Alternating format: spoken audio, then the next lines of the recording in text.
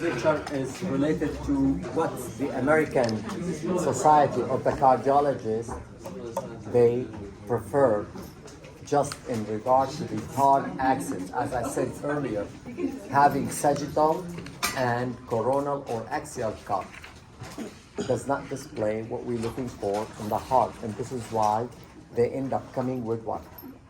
A different plans of cut, as you can see in this image. All those plans, the reference point is the interventricular septum of the heart. So if I put the heart that way and the interventricular septum is in this direction, all planned cut will be related to interventricular septum direction. Meaning, if I need to cut sagittal, how do we cut? We're not gonna cut that way anymore. Sagittal, we're gonna cut with the same one, direction of the septum, or you can call it parallel, this way. And if I need to cut transverse, I'm not gonna cut this way anymore, but transverse cut will be what? 90-degree perpendicular on septum. And if you need to cut coronal, you're not gonna cut that way, of course, you will cut this way. Did you guys get the point? Mm-hmm. So your reference point is what? The interventricular septum.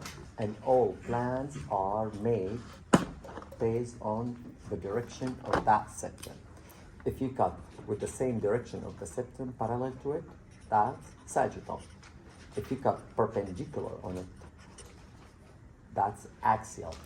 And if you cut perpendicular on it in this way, that will be what? Coronal. Just the way you guys are seeing it. The horizontal, they give it different name.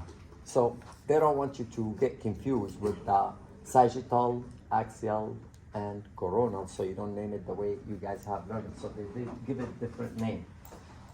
The American Heart Society published a statement standardized the terminology used for cardiac tomography imaging with the two recommendations. All cardiac image modalities should define, orient, and display the heart using the long axis of what? Of the left ventricle. Meaning, that's the main axis, and all modalities we're referring to this.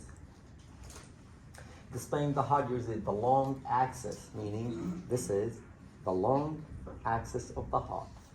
So, not the long axis of the body, we are talking only about the heart, which display the left ventricle, and you will select a plan 90-degree for the for the long axis. That would be relatively true.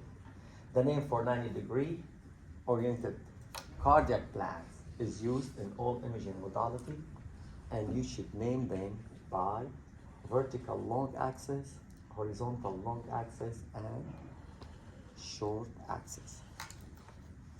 Long axis vertical, horizontal long axis, and the short axis. Good?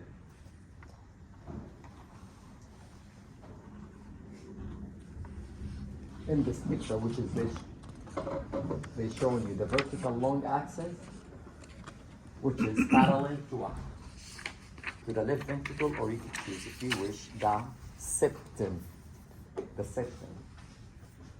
And this will be obtained by position parallel to interventricular septum through the left atrium and the left ventricle. Meaning, if I cut this way, parallel to the septum, I will obtain what? The image of the left ventricle and left atrium at the same time. Same concept, this is what echo people with the ultrasound they use.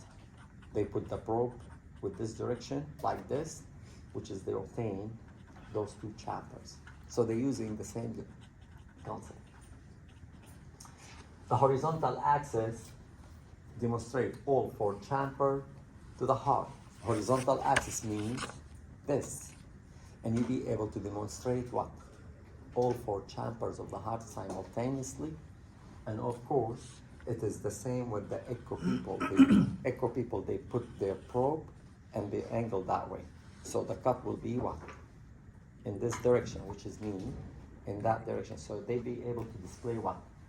All the four chambers.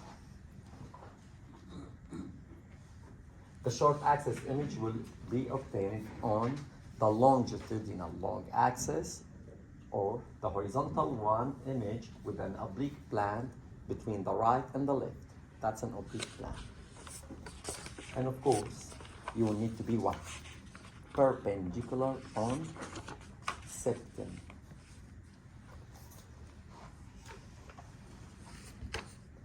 So bottom line, use the interventricular septum as a reference point to direct all the cut. Sagittal, transverse, coronal, and you need to remember the way how they name. Long axis, horizontal axis, and short axis. If you look at this image, you are seeing the left atrium and the right atrium and slightly part of the right ventricular outflow. When we said right ventricular outflow, I am talking about the blood that moves from where? From the right ventricle into the semilunar pulmonary valve. This is what most important that physician they wants to see. They need to see the two outflow of the blood. The first one on the left side, we call it left ventricular